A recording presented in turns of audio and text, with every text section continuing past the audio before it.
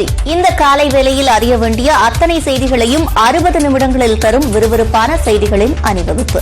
அந்த வகையில் முதலாவதாக மசோதா நிலுவையில் அது நிராகரிக்கப்பட்டதாகவே அர்த்தம் என பேசிய ஆளுநருக்கு எதிராக சட்டப்பேரவையில் முதலமைச்சர் மு.க.ஸ்டாலின் இன்று தீர்மானம் கொண்டு வருகிறார். ஆளுநருக்கு எதிராக தமிழ்நாடு சட்டப்பேரவையில் அரசின் தனித்தீர்மானத்தை முதலமைச்சர் மு.க.ஸ்டாலின் இன்று கொண்டு வருகிறார். அண்மையில் நிகழ்ச்சி ஒன்றில் பேசிய ஆளுநர் ஆர்.என். ரவி சட்டப்பேரவையில் இயற்றப்படும் மசோதாக்களை ஆளுநர் நிலுவையில் வைத்திருப்பது என்பது நிராகரிப்பது போன்றது என கூறியது சர்ச்சை ஏற்படுத்தியது. இதற்கு பல்வேறு அரசியல் கட்சித் தலைவர்களும் எதிர்ப்பு தெரிவித்துள்ளனர். ஆளுநரின் பேச்சு மற்றும் செயல் பேரவையின் மாண்பை குறைத்து நாடாளுமன்ற ஜனநாயகத்தில் சட்டமன்றத்தின் மேலாண்மையை சிறுமைப்படுத்தும் வகையில் அமைந்திருப்பதாக அவர்கள் தெரிவித்துள்ளனர். இந்நிலையில் ஆளுநர் விவகாரத்தில் தமிழ்நாடு சட்டப்பேரவையில் அரசின் தனி தீர்மானத்தை முதலமைச்சர் மு.க.ஸ்டாலின் இன்று முன்மொழிகிறார். அதில் மசோதாக்களுக்கு அந்தந்த மாநில ஆளுநர்கள் ஒப்புதல் வழங்க குறிப்பிட்ட கால நிர்ணயம் செய்யப்பட வேண்டும் என்று மத்திய அரசுக்கும் குடியரசுத் தலைவருக்கும் வலியுறுத்தப்பட உள்ளது. மேலும் சட்டமன்றத்தில் நிறைவேற்றப்படும் மசோதாக்களுக்கு உரிய காலத்திற்குள் ஒப்புதல் அளிக்க தமிழ்நாடு ஆளுநருக்கு உரிய அறிவுரைகளை மத்திய அரசும் குடியரசுத் தலைவரும் உடனடியாக வழங்கிட வேண்டும் என்று வலியுறுத்தும் வகையிலும் தீர்மானம் அமையவுள்ளது. இதனை அரசியல் கட்சித் தலைவர்களின் விவாதங்களுக்கு பிறகு நிறைவேற்ற அரசு திட்டமிட்டுள்ளது. விசாரணை கைதிகள் துன்புறுத்தல் தொடர்பான விசாரணை நடத்தும் IAS அதிகாரி அமுதா முன்னிலையில் திங்கட்கிழமை முதல் நேரில் ஆஜராகி வாக்குமூலம் அளிக்கலாம் என நெல்லை ஆட்சியர் கார்த்திகேயன் அறிவித்துள்ளார். இது தொடர்பாக அவர் வெளியிட்டுள்ள செய்திக்குறிப்பில் அம்பாசமுத்திரம் வருவாய் வட்டாட்சியர் அலுவலகத்தில் IAS அதிகாரி அமுதா தலைமையில் திங்கட்கிழமை முதல் விசாரணை நடைபெறும் என தெரிவிக்கப்பட்டுள்ளது. பாதிக்கப்பட்டவர்கள் தங்களிடம் உள்ள ஆவணங்கள், தகவல்கள் அல்லது வாக்குமூலங்களை அளிக்க அம்பாசமுத்திரம் வருவாய் வட்டாட்சியர் அலுவலகத்தில் காலை 10 மணி முதல் மாலை 4 மணி வரை நேரில் ஆஜராகலாம் என ஆட்சியர் தெரிவித்துள்ளார். ஏற்கனவே சேரன் மகாதேவி சாராட்சியரிடம் வாக்குமூலம் அளித்தவர்கள் மீண்டும் உயர்மட்ட விசாரணை அலுவலர் முன்னிலையில் வாக்குமூலம் அளிக்க விரும்பினால் அவர்களும் நேரில் வரலாம் என்றும், பாதிக்கப்பட்டு இதுவரை புகார் அளிக்காத நபர்கள் யாரேனும் இருப்பின் அவர்களும் விசாரணை அதிகாரியை சந்திக்கலாம் எனவும் கூறியுள்ளார். விசாரணை அலுவலரிடம் நேரில் புகார் அளிக்க இயலாதவர்கள் ambai.inquiry@gmail.com என்ற மின்னஞ்சலிலும் 8248887233 என்ற வாட்ஸ்அப் எண்ணிலும் புகார் அளிக்கலாம் என்று ஆட்சியர் தெரிவித்துள்ளார். ஆஸ்கர் விருது பெற்ற ஆவண குறும்படத்தில் தோன்றிய பொம்மன் பெள்ளி தம்பதியை பிரதமர் நரேந்திர மோடி சந்தித்து பேசினார். முதுமலை புலிகள் காப்பகத்தில் உள்ள தெப்பக்காடு யானைகள் முகாமில் பிரதமர் நரேந்திர மோடி அங்கிருந்த வளர்ப்பு யானைகளுக்கு கரும்பு கொடுத்து மகிழ்ந்தார்.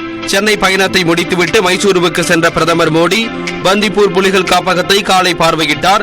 அங்கிருந்து முதுமலை புலிகள் காப்பகத்துக்கு வந்த பிரதமர் தெப்பக்காட்டில் உள்ள முகாமில் வளர்ப்பு யானைகளை நேரில் பார்வையிட்டதுடன் யானைகளுக்கு கரும்பு உள்ளிட்ட உணவுகளை வழங்கினார்.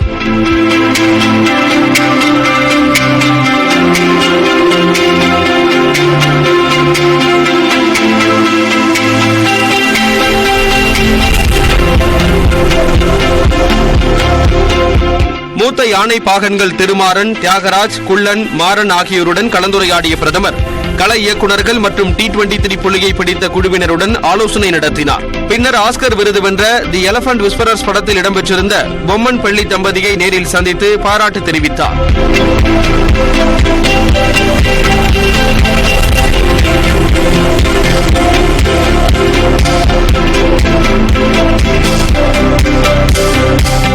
தொடர்ந்து மசினகுடிக்கு சென்ற பிரதமர் அங்கிருந்த பழங்குடியின மக்கள் மற்றும் பாஜக தொண்டர்களுடன் கலந்துரையாடினார்.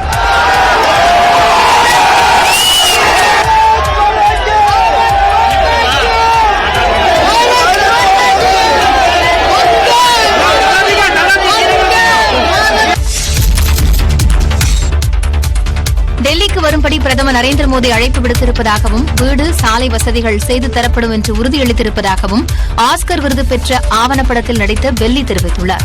நியூஸ் 18 தொலைக்காட்சிக்கு அவர் அளித்த பிரத்யேக பேட்டியில் பிரதமர் தன்னிடம் பேசியது குறித்து பகிர்ந்துள்ளார். யானைக்குட்டி நல்லதா வளர்த்திருக்கிறீங்க, இந்த மாதிரி யானை வளர்த்தது நான் எங்கேயும் பார்க்கல, நீங்க 2 பேரும் தான் வளர்த்திருக்கிறீங்க அப்படின்னு சொன்னாங்க. அப்ப பாராட்டிட்டு யானைக்குட்டி நல்லா உங்ககிட்ட இன்னும் பழக்கம் இருக்கா அப்படின்னு சொன்னாங்க. இன்னும் பழக்கம் இருக்கு அப்படின்னு சொன்னாங்க. யானைக்குட்டியுடன் இருக்கும் புகைப்படத்தை பிரதமருக்கு பரிசளித்ததாக பெல்லி தெரிவித்தார். பாதி பேர் ஒரு வீட்டுல 3 குடும்பம் 4 குடும்பம் இருக்கிறாங்க அப்படின்னு சொன்னாங்க. அதெல்லாம் கண்டிப்பா நீ சொல்றது எல்லாமே செஞ்சிருவாங்க, கரெக்டா செய்வாங்க. இல்ல இருந்து அந்த பேப்பரில் கொண்டு போய் கலெக்டர்கிட்ட நீயே கொடுத்துரு, நீயே நேரில் எடுத்துட்டு போமா, உன்னை யாரும் இன்னும் துரத்த மாட்டாங்க. எந்த ஸ்டேஷன் போனாலும் சரி, எந்த கோர்ட்டு போனாலும் சரி, உன்னை வாதன்னு கூப்பிடுறாங்க, யாரும் துரத்த மாட்டாங்க. நீ கண்டிப்பா கொண்டு போய் கொடுத்துட்டு வா, நான் இங்க சொல்றேன், அவங்க செய்யறாங்க. உறவினரை போன்று தனது அருகில் நின்று பிரதமர் பாராட்டியதாகவும் பிரதமரை பக்கத்தில் நின்று பார்த்தது நன்றாக இருந்ததாகவும் பெல்லி நெகிழ்ச்சியோடு குறிப்பிட்டார். கர்நாடக மாநிலம் பந்திப்பூர் புலிகள் காப்பகத்தை பிரதமர் மோடி நேரில் பார்வையிட்டார். பந்திப்பூர் தேசிய புலிகள் காப்பகம் அமைக்கப்பட்டு 50 ஆண்டுகள் ஆகிறது. இதையடுத்து 50வது ஆண்டு பொன்விழா ஞாயிறு அன்று நடைபெற்றது. இதனை ஒட்டி பந்திப்பூரில் புலிகள் காப்பகத்தின் பல்வேறு பகுதிகளில் பிரதமர் நரேந்திர மோடி பார்வையிட்டார்.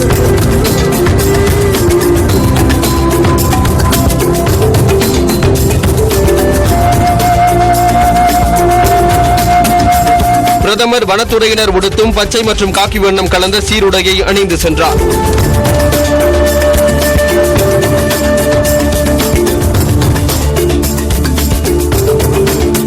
பந்திப்பூர் புலிகள் சரணாலயத்தில் வாகன சவாரியிலும் பிரதமர் மோடி ஈடுபட்டார்.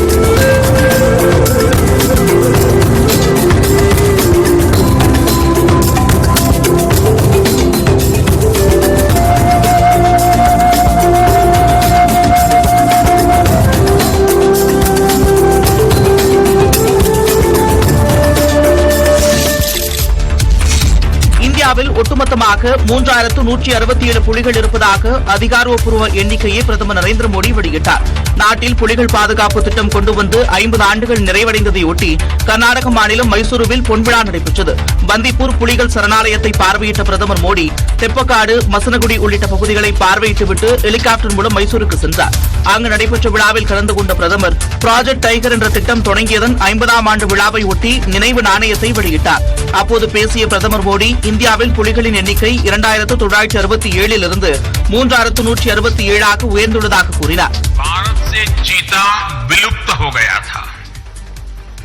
हमें शानदार बिग कैट को नामीबिया और दक्षिण अफ्रीका से भारत लेकर आए हैं. ये एक बिग कैट का पहला सफल ट्रांसकॉन्टिनेंटल ट्रांसलोकेशन है. இந்தியா சுதந்திரம் அடைந்து 75 ஆண்டுகள் நிறைவடைந்துள்ள நேரத்தில் உலக அளவில் உள்ள புலிகளின் எண்ணிக்கையில் 75 விழுக்காடு அளவுக்கு இந்தியாவில் உள்ளதாகவும் பிரதமர் தெரிவித்தார். தேர்தல் ஆணையத்திற்கு எதிராக எடப்பாடி பழனிசாமி தொடர்ந்த வழக்கு இன்று விசாரிக்கப்பட உள்ளது. அதிமுக பொதுச் செயலாளராக எடப்பாடி பழனிசாமியை தேர்தல் ஆணையம் அங்கீகரிக்க உத்தரவிடக் கோரி டெல்லி உயர்நீதிமன்றத்தில் தாக்கல் செய்த மனு இன்று விசாரணைக்கு வரவுள்ளது. பொதுச் செயலாளராக இருந்த ஜெயலலிதாவுக்கு பிறகு ஏற்பட்ட ஒருங்கிணைப்பாளர், துணை ஒருங்கிணைப்பாளர் பதவிகள் நீக்கப்பட்டு மீண்டும் பொதுச் செயலாளர் பதவி உருவாக்கப்பட்டது. அதன்படி அதிமுகவின் பொதுச் செயலாளராக எடப்பாடி பழனிசாமி போட்டியின்றி தேர்வு செய்யப்பட்டுள்ளார். இதுகுறித்த அனைத்து கோப்புகளையும் தேர்தல் ஆணையத்தின் ஒப்புதலுக்காக அதிமுக தரப்பு அனுப்பி வைத்துள்ளது. மேலும் கர்நாடக தேர்தலில் அதிமுக வேட்பாளர்களை நிறுத்த முடிவு செய்துள்ளதாக கூறப்படுகிறது. வழக்குகள் காரணமாக அதிமுகவில் கட்சி ரீதியான மாற்றங்களை தேர்தல் ஆணையம் அங்கீகரிக்காததால் வேட்பாளர்களை நிறுத்துவதில் சிக்கல் ஏற்பட்டுள்ளது. இந்நிலையில் அதிமுகவில் மேற்கொள்ளப்பட்டுள்ள திருத்தங்களை தேர்தல் ஆணையம் ஏற்றுக்கொள்ள தகுந்த வழிகாட்டுதல்களை வழங்க கோரி டெல்லி உயர்நீதிமன்றத்தில் எடப்பாடி பழனிசாமி தரப்பினர் வழக்கு தொடர்ந்தனர். இந்த வழக்கு நீதிபதி பிரதீப் எம் சிங் முன்பு விசாரணைக்கு வரவுள்ளது. காட்பாடி பகுதியில் அதிகமாக செயின் பறிப்பு சம்பவங்கள் நடைபெறுவதாக நீர்வளத்துறை அமைச்சர் துரைமுருகன் தெரிவித்துள்ளார். வேலூர் மாவட்டம் காட்பாடி அருகே 15 லட்சம் ரூபாய் மதிப்பீட்டில் ஓடை பிள்ளையார் கோவில் பேருந்து நிறுத்தம் மற்றும் செங்குட்டை பகுதியில் 8 லட்சம் ரூபாய் மதிப்பில் அமைக்கப்பட்ட நியாய விலைக்கடை ஆகியவற்றை அமைச்சர் துரைமுருகன் திறந்து வைத்தார். பின்னர் நிகழ்ச்சியில் பேசிய அவர், தமிழ்நாட்டில் நியாய விலைக்கடைகளில் வழங்கப்படும் பொருட்கள் தரமானதாக இருந்ததில்லை என்ற நிலை தற்போதைய திமுக ஆட்சியில் மாறிவிட்டதாக கூறினார். காட்பாடியில் 200 படுக்கைகளை கொண்ட பல்நோக்கு மருத்துவமனை மற்றும் தொழிற்பேட்டை இந்த ஆண்டிற்குள் செயல்பாட்டிற்கு கொண்டுவரப்படும் என்றார். மேலும் காட்பாடி பகுதியில் அதிகமாக செயின் பறிப்பு குற்றங்கள் நடைபெறுவதாக அமைச்சர் வேதனை தெரிவித்தார்.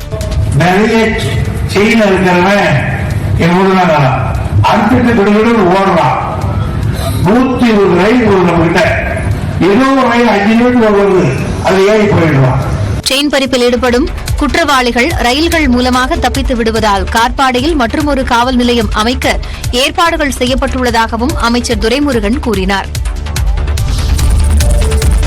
தமிழ்நாடு முழுவதும் உள்ள அரசு மருத்துவமனைகளில் இன்றும் நாளையும் கொரோனா தடுப்பு தயார்நிலை குறித்த ஒத்திகை மேற்கொள்ளப்பட உள்ளது. நாடு முழுவதும் கொரோனா பரவல் கட்டுக்குள் இருந்த நிலையில் மகாராஷ்டிரா, குஜராத் உள்ளிட்ட மாநிலங்களில் கடந்த சில வாரங்களாக தொற்று பரவல் அதிகரிக்க தொடங்கியிருப்பது அச்சத்தை ஏற்படுத்தியுள்ளது. அதைத் தொடர்ந்து கொரோனா பரவலை கட்டுப்படுத்த மத்திய சுகாதாரத்துறை தீவிர நடவடிக்கை எடுத்து வருகிறது. அதன் ஒரு பகுதியாக கடந்த 7ஆம் தேதி மாநில அரசுகளுக்கு அறிவுறுத்தப்பட்டதன்படி இன்றும் நாளையும் நாட்டில் உள்ள அரசு மற்றும் தனியார் மருத்துவமனைகளில் கொரோனா தடுப்பு தயார்நிலை குறித்த ஒத்திகை நடைபெறவுள்ளது. ஹரியானா மாநிலத்தில் உள்ள எய்ம்ஸ் மருத்துவமனையில் மத்திய அமைச்சர் மன்சுக் மாண்டவியா நேரில் ஆய்வு செய்கிறார். இதேபோன்று அனைத்து மாநிலங்களிலும் சுகாதாரத்துறையினர் ஆய்வு செய்ய உள்ளனர். மருத்துவ சிகிச்சைக்கு பயன்படுத்தப்படும் ஆக்ஸிஜன் உருளைகள், ஆக்ஸிஜன் செறிவூட்டிகள், மருந்துகள் கையிருப்பு, படுக்கைகளின் எண்ணிக்கை, கொரோனா வார்டுகள் மற்றும் பரிசோதனை வசதிகள் உள்ளிட்டவை ஆய்வு செய்யப்பட உள்ளன. மாவட்ட ஆட்சியர்கள் தங்கள் மாவட்டத்தில் உள்ள மருத்துவ கட்டமைப்புகளை உறுதி செய்வார்கள். கொரோனா மற்றும் இன்ஃபுளுன்சா பாதிப்பிலிருந்து மக்களை காக்க மருத்துவமனைகளை தயார் நிலையில் வைத்திருக்க வேண்டும் என மாநிலங்களுக்கும் அறிவுறுத்தப்பட்டுள்ளது. நெல்லை மாவட்டம் தச்சநல்லூரில் விசாரணை கைதிக்கு கொரோனா தொற்று உறுதி செய்யப்பட்டதை அடுத்து காவல் நிலையம் முழுவதும் கிருமி நாசினி தெளிக்கப்பட்டது. திருட்டு வழக்கு ஒன்றில் கைது செய்யப்பட்ட சாந்தி என்பவர் சனிக்கிழமையன்று கொக்கரகுளம் பெண்கள் கிளை சிறையில் அடைக்கப்பட்டார். நீதிமன்றத்தில் ஆஜர்படுத்துவதற்கு முன்பாக சாந்திக்கு மருத்துவ பரிசோதனை மேற்கொள்ளப்பட்டது. அதன் முடிவில் அவருக்கு கொரோனா தொற்று இருப்பது உறுதியானது. இதையடுத்து தச்சநல்லூர் காவல் நிலையம் முழுவதும் மாநகராட்சி ஊழியர்கள் கிருமி நாசினி தெளித்தனர்.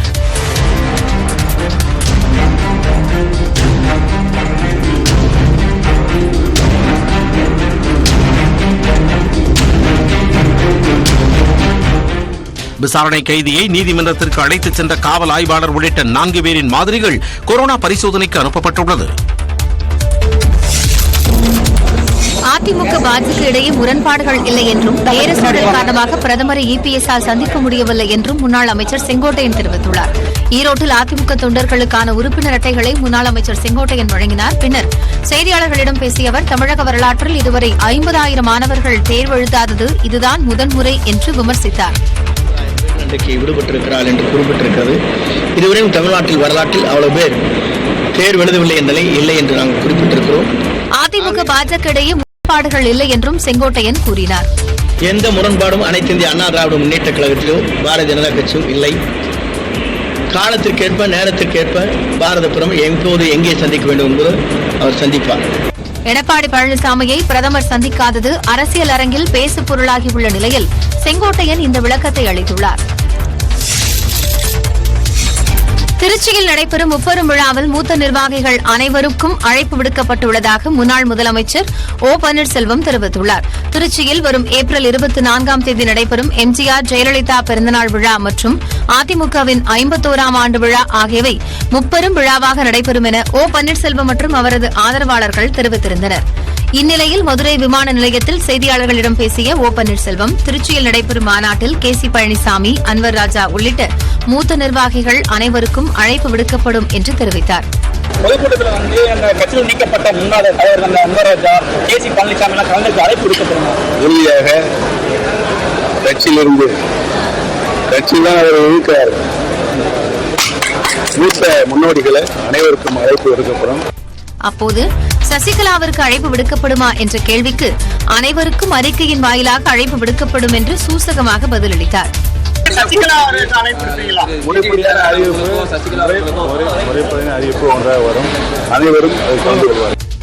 இந்த மாநாட்டில் தமிழ்நாடு முழுவதும் உள்ள அதிமுக தொண்டர்கள் லட்சக்கணக்கில் குழுமி அதிமுகவின் வலிமையை நிரூபிப்பார்கள் என்றும் ஓ பன்னீர்செல்வம் தெரிவித்துள்ளார். சுயநலத்துக்காக சிலர் மாவட்டங்களை பிரிக்க விடாமல் தடுப்பதாக அன்புமணி குற்றம் சாட்டியுள்ளார்.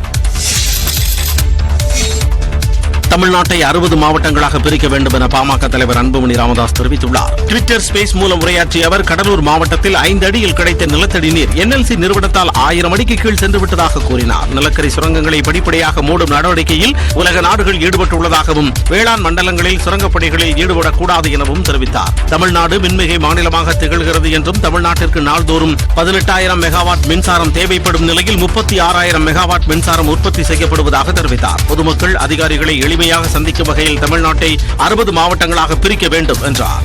இப்போ 38 மாவட்டங்களா இருக்கு. ஆனாலும் இது 60 மாவட்டங்களா பிரிக்கணும். என்ன அடிப்படையில் ஒரு மாவட்டத்துல 12 லட்சம் பேர் மக்கள் தொகை இருக்கிற மாவட்டம் அவ்வளவுதான் இருக்கணும். அதுதான் இப்போ கலெக்டர், எஸ்பி மக்களுக்கு ஒரு ஈஸி அக்சசிபிலிட்டி இருக்கணும். ஆனால் அரசியல்வாதிகளின் ஆதிக்கம் போய்விடும் என்பதற்காகவும் சிலரின் சுயநலத்திற்காகவும் மாவட்டங்களை பிரிக்க விடாமல் தடுப்பதாக அன்புமணி குற்றம் சாட்டினார். திருநெல்வேலி மாவட்டம் பாளையங்கோட்டையில் செயல்பட்டு வரும் அரசினர் கூர்நோக்கு இல்லத்தில் பாதுகாவலரை தாக்கிவிட்டு 12 சிறார்கள் தப்பி ஓடிய சம்பவம் அதிர்ச்சியை ஏற்படுத்தியுள்ளது. பாளையங்கோட்டை எம்ஜிஆர் பேருந்து நிலையம் அருகே சமூக பாதுகாப்புத் துறையின் கீழ் அரசினர் கூர்நோக்கு இல்லம் செயல்பட்டு வருகிறது. இதில் திருநெல்வேலி, தென்காசி, தூத்துக்குடி மற்றும் கன்னியாகுமரி மாவட்டங்களைச் சேர்ந்த 20 சிறார்கள் தங்க வைக்கப்பட்டிருந்தனர். இந்நிலையில் நேற்று மாலை இரவு வேளைக்கான உணவை பெற்ற சிறார்கள் 12 பேர் கூர்நோக்கு இல்லத்தின் பாதுகாவலரை தாக்கிவிட்டு தப்பிச் சென்றதாக கூறப்படுகிறது. இதையடுத்து சம்பவ இடத்திற்கு வந்த நெல்லை மாநகர காவல் ஆணையர் ராஜேந்திரன், மாவட்ட குழந்தைகள் பாதுகாப்பு அலுவலர் அருள்செல்வி ஆகியோர் விசாரணை நடத்தினர். அங்குள்ள சிசிடிவி காட்சிகளை கைப்பற்றி காவல்துறையினர் ஆய்வு செய்து வருகின்றனர். நேற்று முன்தினம் கூர்நோக்கு இல்லத்தை ஆய்வு செய்த தேசிய குழந்தைகள் ஆணைய உறுப்பினர் ஆனந்த், கூர்நோக்கு இல்லம் பாதுகாப்பாக உள்ளதாக தெரிவித்திருந்த நிலையில் சிறார்கள் வார்டனை தாக்கிவிட்டு தப்பிச் சென்றுள்ளது பரபரப்பை ஏற்படுத்தியுள்ளது. காவல்துறையினர் விசாரணையை தொடங்கியுள்ள நிலையில் கூர்நோக்கு இல்ல பாதுகாவலர்களுக்கு மருத்துவ பரிசோதனை மேற்கொள்ளப்பட்டது. விஜய் மக்கள் இயக்கத்தின் செயல்பாடு மற்றும் வளர்ச்சி குறித்து ஆலோசனை நடத்த நடிகர் விஜய் உத்தரவிட்டுள்ளார். தன்னுடைய ரசிகர்களை ஒன்றிணைக்கும் விதமாகவும் நலத்திட்ட உதவிகளை வழங்குவதற்காகவும் விஜய் மக்கள் இயக்கத்தை நடிகர் விஜய் நடத்தி வருகிறார். இதனிடையே உள்ளாட்சித் தேர்தலில் போட்டியிட்ட விஜய் மக்கள் இயக்கத்தினருக்கு சில இடங்களில் வெற்றியும் கிடைத்தது. அவர்களை நேரில் அழைத்து பாராட்டிய நடிகர் விஜய் எவ்வாறு செயல்பட வேண்டும் என்பது குறித்து அறிவுரை வழங்கினார். விஜய் மக்கள் இயக்கம் வரும் காலத்தில் அரசியல் கட்சியாக மாற வாய்ப்புள்ளதாக ரசிகர்கள் எதிர்பார்க்கும் நிலையில் விஜய் மக்கள் இயக்கத்தின் செயல்பாடு மற்றும் அடுத்த கட்ட வளர்ச்சி குறித்த ஆலோசனை கூட்டத்தை நடத்த அதன் பொதுச் செயலாளர் புசி ஆனந்திற்கு நடிகர் விஜய் உத்தரவிட்டுள்ளார். மாவட்டந்தோறும் இந்த ஆலோசனை கூட்டம் நடத்தப்பட வேண்டும் எனவும் மாவட்டம், நகரம், ஒன்றியம் மற்றும் பகுதி நிர்வாகிகள் என அனைவரையும் கூட்டத்தில் பங்கேற்க செய்ய வேண்டும் என அறிவுறுத்தியுள்ளார். விஜய் மக்கள் இயக்கத்தில் உள்ள விவசாய அணி, மகளிர் அணி, இளைஞர் அணி நிர்வாகிகளும் ஆலோசனை கூட்டத்தில் பங்கேற்பார்கள் என கூறப்படுகிறது. மதுரை மாவட்டம் திருப்பரங்குன்றம் முருகன் கோயிலில் பங்குனி திருவிழாவின் உச்ச நிகழ்ச்சியான தேரோட்டம் கோலாகலமாக நடைபெற்றது. தேரோட்டத்தை காண திருப்பரங்குன்றம், மதுரை, திருமங்கலம், உசிலம்பட்டி சுற்றுவட்டார பகுதிகளில் இருந்து பல்லாயிரக்கணக்கானோர் குவிந்தனர். இதில் கொடியை அசைத்தவுடன் பக்தர்களின் அரோகரா முழக்கம் விண்ணை பிளந்தது.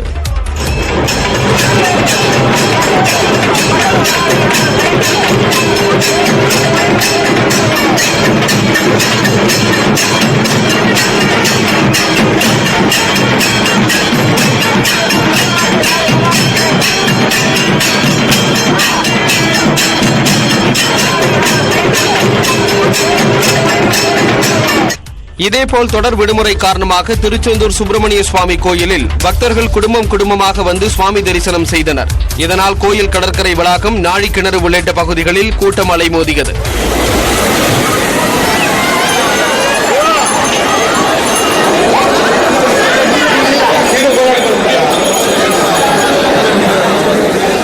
இதனிடையே 100 அடிக்கும் மேலாக கடல் உள்வாங்கியதால் பாறைகள் வெளியே தெரிந்ததை அடுத்து பக்தர்கள் வியப்புடன் பார்த்து சென்றனர்.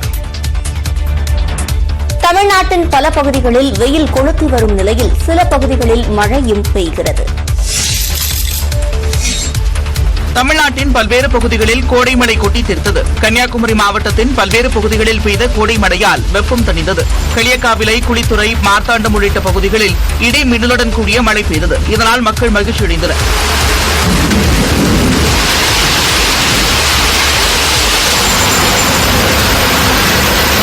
அதேபோன்று தென்காசி மாவட்டத்தில் இடி மின்னலுடன் கனமழை பெய்தது.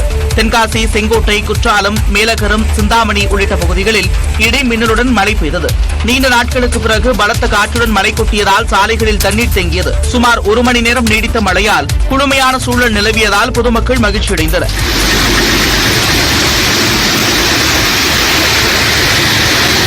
தூத்துக்குடி மாவட்டத்தில் கோவில்பட்டி மற்றும் எட்டயாபுரம் பகுதிகளில் 2 மணி நேரத்திற்கும் மேலாக கனமழை வெளுத்து வாங்கியது.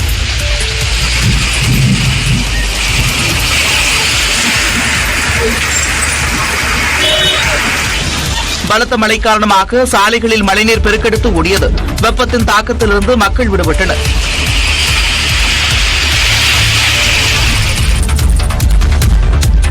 தமிழ்நாட்டில் கோடை வெயிலின் தாக்கம் அதிகரித்துள்ள நிலையில் ஈரோடு, கரூர் மாவட்டங்களில் 100 டிகிரி பாரன்ஹீட்டை தாண்டி வெப்பநிலை பதிவாகியுள்ளது.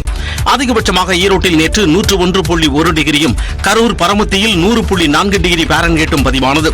வேலூர், திருப்பத்தூர், சேலம், தருமபுரி, கோவை மாவட்டங்களில் வெயிலின் தாக்கம் 100 டிகிரியை நெருங்கியது. குறைந்தபட்சமாக கொடைக்கானலில் 63 டிகிரியும், குன்னூரில் 73 டிகிரியும் பாரன்ஹீட் பதிவாகியுள்ளது. இதனிடையே தமிழ்நாட்டில் மிதமான மழைக்கு வாய்ப்பு உள்ளதாக சென்னை வானிலை ஆய்வு மையம் தெரிவித்துள்ளது. கிழக்கு திசை காற்றின் வேக மாறுபாடு காரணமாக திங்கட்கிழமை வடக்கு மற்றும் தென் தமிழ்நாட்டின் உள் மாவட்டங்களில் ஓரிரு இடங்களில் இடி மின்னலுடன் கூடிய லேசானது முதல் மிதமான மழை பெய்யக்கூடும் என கணிக்கப்பட்டுள்ளது.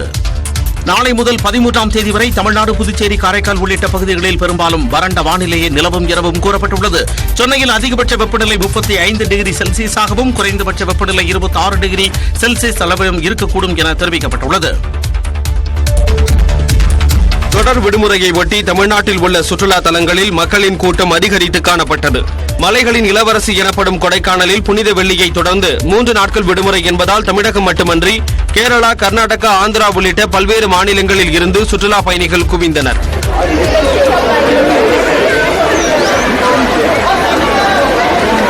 பாம்பார் அருவி, வட்டக்கானல் அருவி, வெள்ளி நீர்வீழ்ச்சி உள்ளிட்ட அருவிகளில் மக்களின் கூட்டம் நிரம்பி வடிந்தது.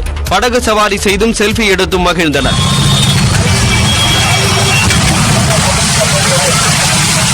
செம்மையா இருக்கு கிளைமேட். எங்க ஊர்ல பயங்கரமா வெயில் இருக்கும். அந்த வெயிலே எங்க ஃபீல் பண்ண முடியல. வெயில் இருந்தாலும் அந்த சில்னஸ் தான் இருக்கு. இங்க செம்மையா இங்கிருந்து வர்றதுக்கே மனசு வரல. கூட்ட நெரிசல் காரணமாக கொடைக்கானலின் பிரதான சாலைகளில் 2 கிலோமீட்டர் தூரத்திற்கு வாகனங்கள் அணிவகுத்து நின்றன. இதேபோன்று தருமபுரி மாவட்டம் ஒகேனக்கலில் சுற்றுலா பயணிகள் கூட்டம் நிரம்பி வடிந்தது. கோடை வெயில் சுட்டெரிக்கும் நிலையில் அருவிகளில் குளித்தும் பரிசலில் பயணித்தும் இயற்கையின் அழகை கண்டு ரசித்தனர். ஆருத்ரா நிதி நிறுவன மோசடி வழக்கில் தலைமறைவாக உள்ள 5 பேரை பிடிக்க பொதுமக்களின் உதவியை காவலர்கள் நாடியுள்ளனர். ஆருத்ரா நிதி நிறுவன மோசடி வழக்கில் தலைமறைவாக உள்ளவர்கள் குறித்து தகவல் தெரிவிப்பவர்களுக்கு உரிய சன்மானம் வழங்கப்படும் என்று காவல்துறையினர் அறிவித்துள்ளனர்.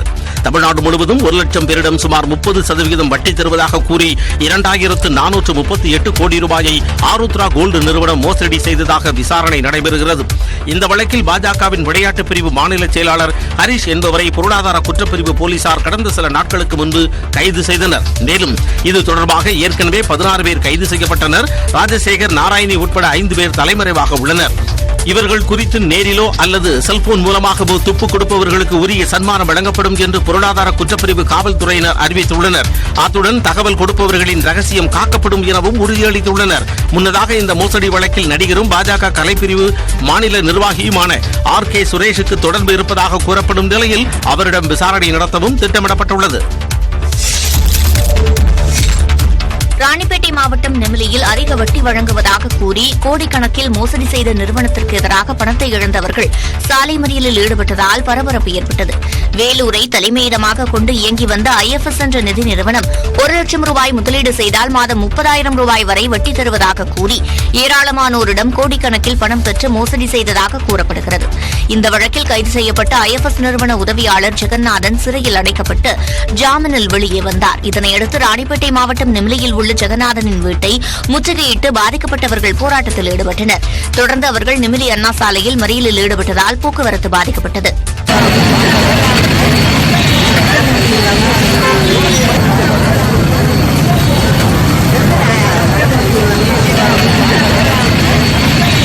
பின்னர் ஜெகநாதனின் வீட்டின் முன்பு பந்தல் அமைத்து பணத்தை திருப்பிக் கொடுக்கும் வரை தொடர் போராட்டம் நடத்தப்போவதாக அறிவித்ததால் பரபரப்பு ஏற்பட்டது.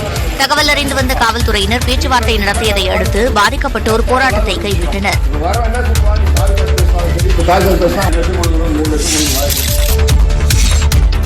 கர்நாடக சட்டப்பேரவை தேர்தலை ஒட்டி பாஜகவின் மத்திய தேர்தல் குழு கூட்டம் பிரதமர் நரேந்திர மோடி தலைமையில் நடைபெற்றது. கர்நாடகாவில் அடுத்த மாதம் 10ஆம் தேதி சட்டமன்ற தேர்தல் நடைபெறவுள்ளது. இதனையொட்டி அரசியல் கட்சியினர் தீவிர பரப்புரையில் ஈடுபட்டு வருகின்றனர். இந்நிலையில் டெல்லியில் பாஜக தேர்தல் குழு கூட்டம் பிரதமர் நரேந்திர மோடி தலைமையில் நடைபெற்றது. இதில் அக்கட்சியின் தேசிய தலைவர் JP நட்டா, மத்திய உள்துறை அமைச்சர் அமித் ஷா, பாதுகாப்புத்துறை அமைச்சர் ராஜ்நாத் சிங், கர்நாடக முதலமைச்சர் பசவராஜ் பொம்மை, கர்நாடக தேர்தலுக்கான கட்சியின் இணை பொறுப்பாளராக நியமிக்கப்பட்டுள்ள அண்ணாமலை, வானதி சீனிவாசன் உள்ளிட்டோர் கலந்து கலந்து கொண்டனர். சட்டமன்ற தேர்தலுக்கான வியூகம், வேட்பாளர் பட்டியலை இறுதி செய்வது குறித்து கூட்டத்தில் ஆலோசிக்கப்பட்டது.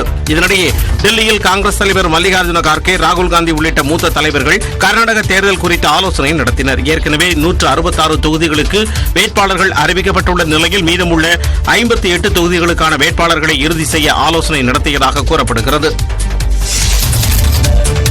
டிராலி சூட்கேஸின் ஸ்க்ரூ வடிவில் துபாயில் இருந்து தங்கம் கடத்தி வந்த நபரை ஹைதராபாத்தில் சுங்கத்துறை அதிகாரிகள் கைது செய்தனர்.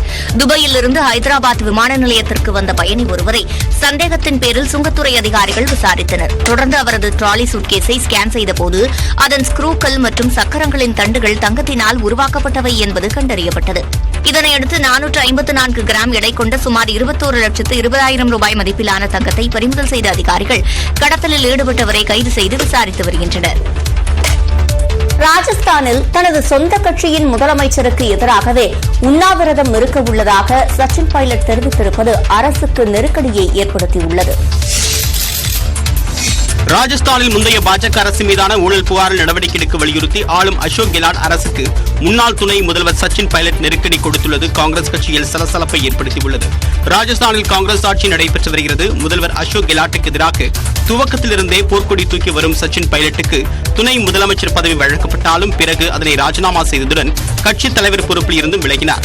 இந்நிலையில் முந்தைய வசுந்தரா ராஜே அரசில் 45,000 கோடி ரூபாய் மதிப்பீட்டில் ஊழல் நடைபெற்றிருப்பது குறித்து ஆதாரத்தின் அடிப்படையில் நடவடிக்கை எடுக்க வலியுறுத்தி நாளை உண்ணாவிரத போராட்டத்தில் ஈடுபட உள்ளதாக அறிவித்துள்ளார். தேர்தலுக்கு இன்னும் 7 மாதங்களே இருக்கக்கூடிய நிலையில் இந்த அறிவிப்பு கட்சியினரிடையே சலசலப்பை ஏற்படுத்தியுள்ளது.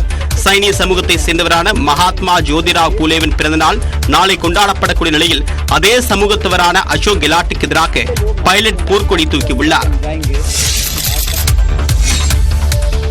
ஆயிரக்கணக்கான தொண்டர்கள் புடைசூழ பேரணியாக சென்று அயோத்தி ராமஜென்ம பூமியில் மகாராஷ்டிரா முதலமைச்சர் ஏக்நாத் ஷிண்டே வழிபாடு நடத்தினார். முதலமைச்சராக பதவியேற்ற பிறகு முதல் முறையாக அயோத்திக்கு ஏக்நாத் ஷிண்டே சுற்றுப்பயணம் மேற்கொண்டார்.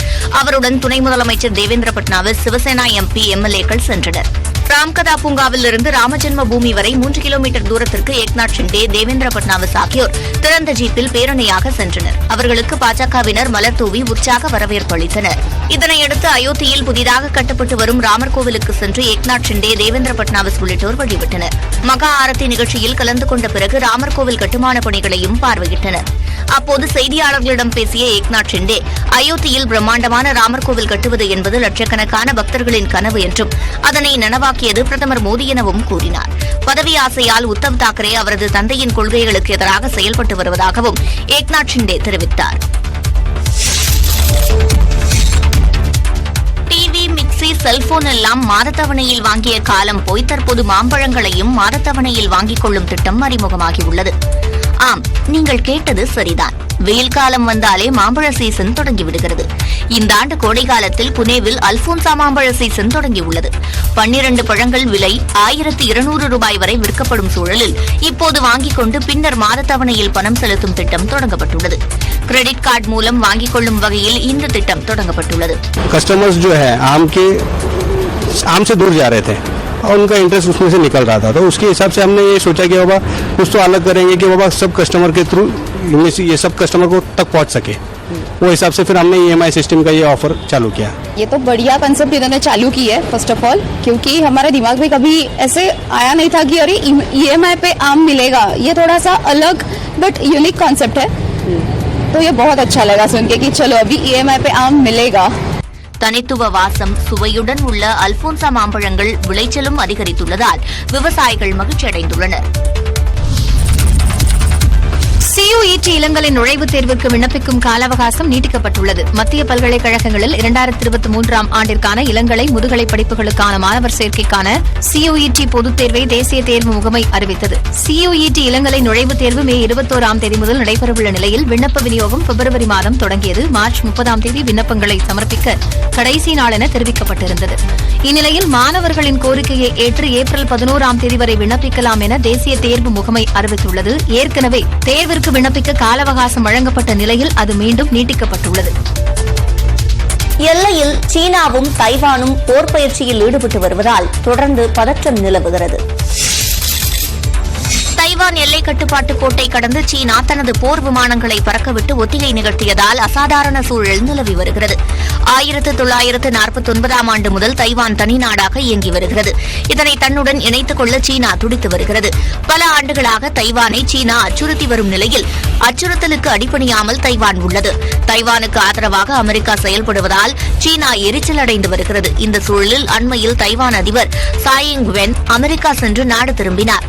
அவர் நாடு திரும்பிய அடுத்த சில மணி நேரத்தில் சீனா தனது 70 போர் விமானங்கள் 9 போர்க்கப்பல்களை அனுப்பி தைவானுக்கு அருகே போர் பயிற்சியில் ஈடுபட்டுள்ளது.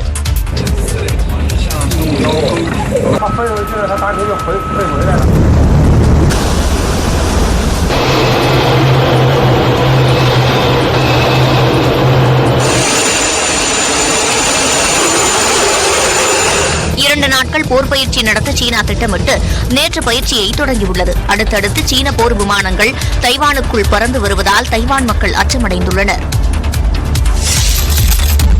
இலங்கையில் சமுத்திரதேவி ரயில் என்ஜின் ரயில் பெட்டிகளிலிருந்து கழன்று ஓடிய சம்பவம் பரபரப்பை ஏற்படுத்தியது. நேற்று வழக்கம் போல இயக்கப்பட்ட அந்த ரயில் காலேவிலிருந்து மரதானா வரை பயணிகளுடன் சென்று கொண்டிருந்தது. அந்த நேரத்தில் வடக்கு களுத்துறை அருகே திடீரென ரயில் என்ஜின் மட்டும் பெட்டிகளில் இருந்து கழன்று வேகமாக ஓடியது. சுமார் 1 கிலோமீட்டர் தூரம் ரயில் பெட்டிகளும் ரயில் என்ஜினும் தனித்தனியாக ஓடின. இதன் சிசிடிவி காட்சிகளும் வெளியாகி பரபரப்பை ஏற்படுத்தியது. சுமார் 15 நிமிடங்களுக்கு பிறகு அந்த ரயில் மீண்டும் பெட்டிகளுடன் இணைக்கப்பட்டு ரயில் சேவை சீரானது. ரயில் என்ஜின் பெட்டிகளுடன் சேர்க்கப்பட்டிருந்த இணைப்பில் கோளாறு இருந்ததே இந்த சம்பவத்திற்கு காரணம் என்று பின்னர் இலங்கை ரயில்வே அதிகாரிகள் தெரிவித்தனர். ஐபிஎல் T20 கிரிக்கெட்டில் எந்த நேரத்திலும் ஆட்டத்தின் போக்கு தலைகீழாக மாறும் என்பதற்கு உதாரணமாக நேற்று நடந்த குஜராத் கொல்கத்தா போட்டி அமைந்தது. ஐபிஎல் கிரிக்கெட் தொடரில் குஜராத் அணிக்கு எதிரான ஆட்டத்தில் கொல்கத்தா வீரர் ரிங்கு சிங் கடைசி 5 பந்துகளில் தொடர்ந்து சிக்சர்களாக அடித்து தனது அணிக்கு த்ரில் வெற்றியை தேடித் தந்தார். அகமதாபாத்தில் நடைபெற்ற போட்டியில் காயம் காரணமாக ஹர்திக் பாண்டியாவிற்கு ஓய்வளிக்கப்பட்ட நிலையில் குஜராத் அணியின் கேப்டனாக ரஷீத் கான் களமிறங்கினார். இதில் டாஸ் வென்ற குஜராத் அணி பேட்டிங்கை தொடங்கியது. பேட்ஸ்மேன்களின் அதிரடி ஆட்டத்தால் கிரியேட் பண்ண நாங்க ஆரம்பிச்சோம், அதுக்கு பல கோடி செலவு வரும்னு விட்டோம். 2013ஆம் ஆண்டு சீரமைக்கப்பட்ட மீட்டர் கட்டணத்தில் இன்று எப்படி ஆட்டோ ஓட்ட முடியும் என்றும் டீசல் பெட்ரோல் விலை 100 ரூபாயை கடந்த நிலையில் பழைய கட்டணத்தையே எப்படி தொடர முடியும் எனவும் வினவினார். அதிமுக முன்னாள் எம்பி மைத்ரேயன் மீண்டும் பாஜகவில் இணைய உள்ளதாக தகவல் வெளியாகியுள்ளது. ஜெயலலிதா மறைவிற்கு பிறகு 2017ஆம் ஆண்டில் ஓ பன்னீர்செல்வம் தர்ம யுத்தம் தொடங்கிய போது அவரது அணியில் மைத்ரேயன் இருந்தார். கட்சியில் ஒற்றை தலைமை சர்ச்சை எழுந்த நிலையில் எடப்பாடி பழனிசாமி அணிக்கு தாவினார். அதன் பிறகு மீண்டும் OPS அணிக்கு சென்றார். இதனால் அதிமுக அடிப்படை உறுப்பினர் உள்ளிட்ட அனைத்து பொறுப்புகளில் இருந்தும் முன்னாள் எம்பி மைத்ரேயனை நீக்குவதாக எடப்பாடி பழனிசாமி கடந்த அக்டோபர் மாதம் அறிவித்தார். தற்போது ஓ பன்னீர்செல்வம் அணியில் இருக்கும் மைத்ரேயன் பாஜக மாநில தலைவர் அண்ணாமலை முன்னிலையில் டெல்லியில் உள்ள பாஜக தலைமையகத்தில் நடைபெறும் நிகழ்ச்சியில் பாஜகவில் இணைய உள்ளதாக கூறப்படுகிறது. பாஜகவில் இருந்து அதிமுகவுக்கு வந்த மைத்ரேயன் 3 முறை மாநிலங்களவை உறுப்பினர் பதவி வகித்தது குறிப்பிடத்தக்கது. தமிழ்நாட்டில் கொரோனா பரவல் மீண்டும் அதிகரித்துள்ளதால் உயர்நீதிமன்றத்தில் இன்று முதல் சில வழக்குகளின் விசாரணை மட்டும் காணொலி வாயிலாக நடைபெறும் என தெரிவிக்கப்பட்டுள்ளது. தமிழ்நாட்டில் புதிதாக 369 பேருக்கு கொரோனா தொற்று உறுதி செய்யப்பட்டுள்ளது. அதிகபட்சமாக சென்னையில் 113 பேருக்கும், செங்கல்பட்டு மாவட்டத்தில் 37 பேருக்கும், திருவள்ளூர் மாவட்டத்தில் 19 பேருக்கும், கோவை மாவட்டத்தில் 17 பேருக்கும் தொற்று கண்டறியப்பட்டுள்ளது. சிங்கப்பூரில் இருந்து வந்த 3 பயணிகளுக்கும், ஐக்கிய அரபு அமீரகம் மற்றும் தாய்லாந்தில் இருந்து தலா ஒருவருக்கும் தொற்று உறுதி செய்யப்பட்டுள்ளது. இதனால் சிகிச்சையில் இருப்போரின் எண்ணிக்கை 1900 அதிகரித்துள்ளது. கொரோனா பரவல் சீராக அதிகரித்து வருவதால் சென்னை உயர்நீதிமன்றம் மற்றும் மதுரை கிளையில் சில வழக்குகளின் விசாரணை மட்டும் காணொலி வாயிலாக நடத்தப்பட உள்ளது. எனினும் நேரடி விசாரணை முறையும் தொடரும் என உயர்நீதிமன்ற பதிவாளர் குறிப்பிட்டுள்ளார். மறு உத்தரவு வரும் வரை இந்த முறை தொடரும் என்றும் வழக்குகளையும் மின்னணு முறையில் தாக்கல் செய்யும் வசதியை பயன்படுத்திக் கொள்ள வேண்டும் என அவர் கேட்டுக் கொண்டுள்ளார். தமிழ்நாட்டின் பல்வேறு பகுதிகளில் கோவில் திருவிழாவையொட்டி விளையாட்டுப் போட்டிகள் நடத்தப்பட்டன. மதுரை மாவட்டம் சோழவந்தாறு அருகே கோவில் திருவிழாவை முன்னிட்டு கிடாய்முட்டு போட்டி விறுவிறுப்பாக நடைபெற்றது. கல்புளிச்சான்பட்டியில் நடந்த போட்டியில் 100க்கும் மேற்பட்ட ஜோடி ஆடுகள் பங்கேற்று ஒன்றோடு ஒன்று ஆக்ரோஷத்துடன் மோதிக்கொண்டன.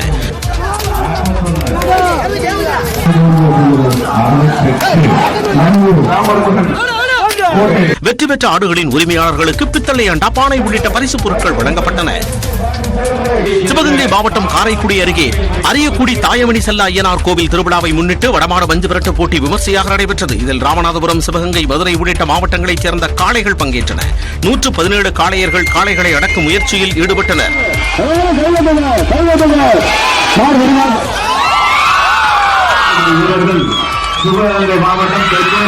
வெற்றி பெற்ற காளைகளின் உரிமையாளர்களுக்கும் காளைகளை அடக்கிய வீரர்களுக்கும் ரொக்க பரிசுகள் வழங்கப்பட்டன.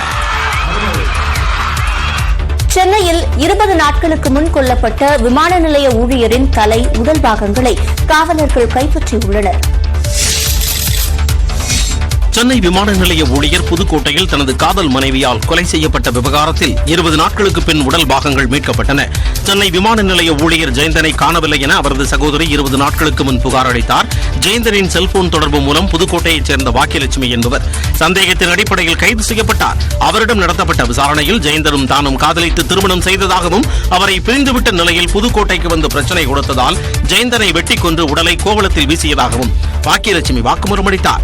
இதனைத் தொடர்ந்து ஜெயந்தனின் உடலை காவல்துறையினர் கடந்த 2 வாரங்களாக தீவிரமாக தேடி வந்தனர். இந்நிலையில் கோவளத்தில் பூமிநாதர் சிவன் கோவில் அருகே உள்ள குட்டையில் தீயணைப்பு துறையினர் தேடியபோது 2 பிளாஸ்டிக் கவர்களில் எரிந்த நிலையில் ஜெயந்தனின் உடல் பாகங்கள் மீட்கப்பட்டன. இதனையடுத்து ஜெயந்தனின் உடலை பரங்கிமலை உதவி ஆணையாளர் அமீர் அகமது முன்னிலையில் பாக்கியலட்சுமி அடையாளம் கண்டு உறுதி செய்தார். பின்னர் கண்டெடுக்கப்பட்ட தலை மற்றும் உடல் பாகங்களை பிரேத பரிசோதனைக்காக செங்கல்பட்டு அரசு மருத்துவமனைக்கு அனுப்பி வைத்தனர். அப்போது பாக்கியலட்சுமியின் முகத்தை போலீசார் மறைத்தபடி அழைத்து வந்ததால் ஜெயந்தனின் உறவினர்கள் போலீசாரிடம் கடும் வாக்குவாதத்தில் ஈடுபட்டனர். பாக்கியலட்சுமியின் நண்பர் சங்கர் மற்றும் வேல்முருகன் இருவரும் தலைமறைவாக உள்ளது குறிப்பிடத்தக்கது. சேலம் மாவட்டம் வாழப்பாடி அருகே 17 வயது சிறுமி பிரசவத்தின் போது உயிரிழந்தது தொடர்பாக தனியார் மருத்துவமனை மருத்துவர் மீது போக்சோ உள்ளிட்ட பிரிவுகளின் கீழ் வழக்கு பதிவு செய்யப்பட்டுள்ளது. வாழப்பாடி பகுதியைச் சேர்ந்த 17 வயது சிறுமி திருமணம் ஆகாமலேயே கர்ப்பம் தரித்தார். இதை அறிந்த பெற்றோர் 7 மாத கர்ப்பிணியாக இருந்த அவரை அங்குள்ள தனியார் மருத்துவமனையில் அனுமதித்தனர். கடந்த 7ஆம் தேதி மேற்கொண்ட அறுவை சிகிச்சை மூலம் அவருக்கு பெண் குழந்தை பிறந்தது. அதன் பிறகு சிறுமி பரிதாபமாக உயிரிழந்தார். இதையடுத்து அந்த குழந்தையை மீட்டு சேலம் அரசு மருத்துவமனையில் காவல்துறையினர் அனுமதித்தனர். இந்த சூழலில் சிறுமிக்கு பிரசவம் பார்த்த மருத்துவர் செல்வாம்பாள் மீது போக்சோ உள்ளிட்ட பிரிவுகளின் கீழ் காவல்துறையினர் வழக்கு பதிவு செய்துள்ளனர். ஆனால் தனக்கு உடல்நிலை பாதிக்கப்பட்டதாக கூறி செல்வாம்பாள் மருத்துவமனையில் சிகிச்சை பெற்று வருகிறார். ரிப்போர்ட் வந்துருச்சுங்க, பட் இருந்தாலும் மண்டே தான் நம்ம கிளியரா சொல்லுவோம். அவங்க டிஸ்சார்ஜ் ஆனோடனே அரெஸ்ட் பண்றோம். இதனிடையே குறை பிரசவத்தில் பிறந்து மீட்கப்பட்ட குழந்தைக்கு தொடர்ந்து சிகிச்சை அளித்து வருவதாக மருத்துவத்துறையினர் தெரிவித்துள்ளனர். அவங்க முதல்ல செஞ்சு நியூனேட்டல் ஆம்புலன்ஸ், அதுக்குன்னு ஒரு சிசு ஆம்புலன்ஸ் இருக்குல்ல, அது வச்சு ஜிஹெச்சுக்கு அனுப்பிட்டாங்க. ஜிஹெச்ல வெண்டிலேட்டர்ல இருக்கு. இந்த சம்பவம் வாழப்பாடி பகுதியில் அதிர்ச்சியை ஏற்படுத்தியுள்ளது. சென்னை விழுப்புரம் இடையே சரக்கு ரயில் தடம் புரண்ட நிலையில் 3 மணி நேரத்திற்கு பிறகு போக்குவரத்து சரி செய்யப்பட்டது. மதுராந்தகம் அடுத்த தொழுப்பேடு கரசங்கால் இடையே தண்டவாள பராமரிப்பு பணிகள் நடைபெற்று வருகின்றன. இதற்கான மூலப்பொருட்களை ஏற்றிச் சென்ற சரக்கு ரயிலில் இருந்து தண்டவாள சிமெண்ட் ஸ்லாப்கள் சரிந்து விழுந்தன. இதன் காரணமாக அந்த ரயில் என்ஜின் சக்கரம் தண்டவாளத்தை விட்டு தடம் புரண்டதால் ரயில் சேவை பாதிக்கப்பட்டது. இதனால் திண்டிவனம், மேல்மருவத்தூர், அச்சரப்பாக்கம் ஆகிய இடங்களில் குருவாயூர் விரைவு ரயில், சோழன் விரைவு ரயில் உள்ளிட்ட ரயில்கள் நிறுத்தப்பட்டன. சென்னை எழும்பூரிலிருந்து புதுச்சேரி செல்லக்கூடிய பயணிகள் ரயில் செங்கல்பட்டு சமூக வலைதளங்களில் வேகமாக பரவியதை அடுத்து நியூஸ் 18 தொலைக்காட்சிக்கு மணிகண்டன் அளித்த பேட்டியில் பிரதமரை சந்திக்க வாய்ப்பு கிடைத்தது மிகுந்த மகிழ்ச்சி அளிப்பதாக தெரிவித்தார்.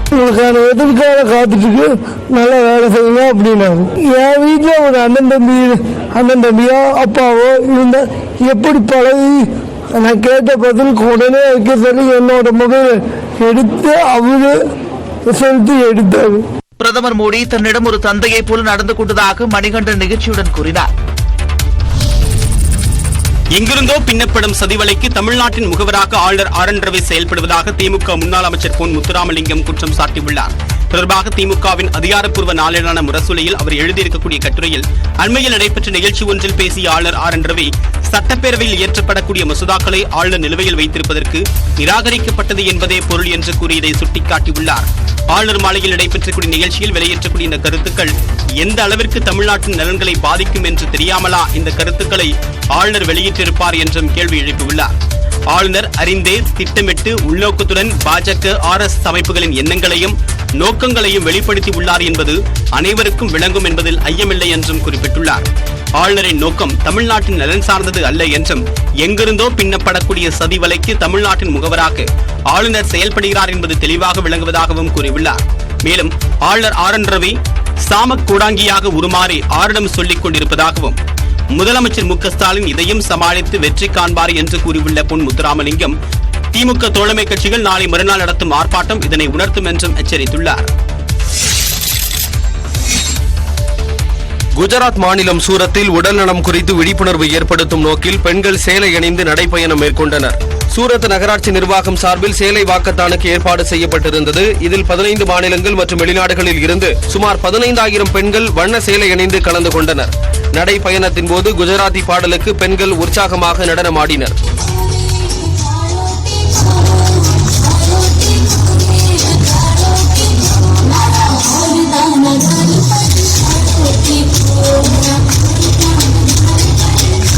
சுமார் 3 கிலோமீட்டர் தூரத்திற்கு பெண்கள் நடைபயணம் சென்றனர். அனைவரின் உடல் நலனிலும் அக்கறை என்ற கருத்தாக்கத்தின் அடிப்படையில் நடைபயணத்திற்கு ஏற்பாடு செய்யப்பட்டது.